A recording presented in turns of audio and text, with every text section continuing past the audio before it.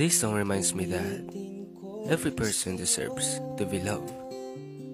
Kasi sa bawat araw na lumilipas, hindi natin may tatanggi na may nakakatagpo tayong tao na pumupukaw sa atin upang magmahal.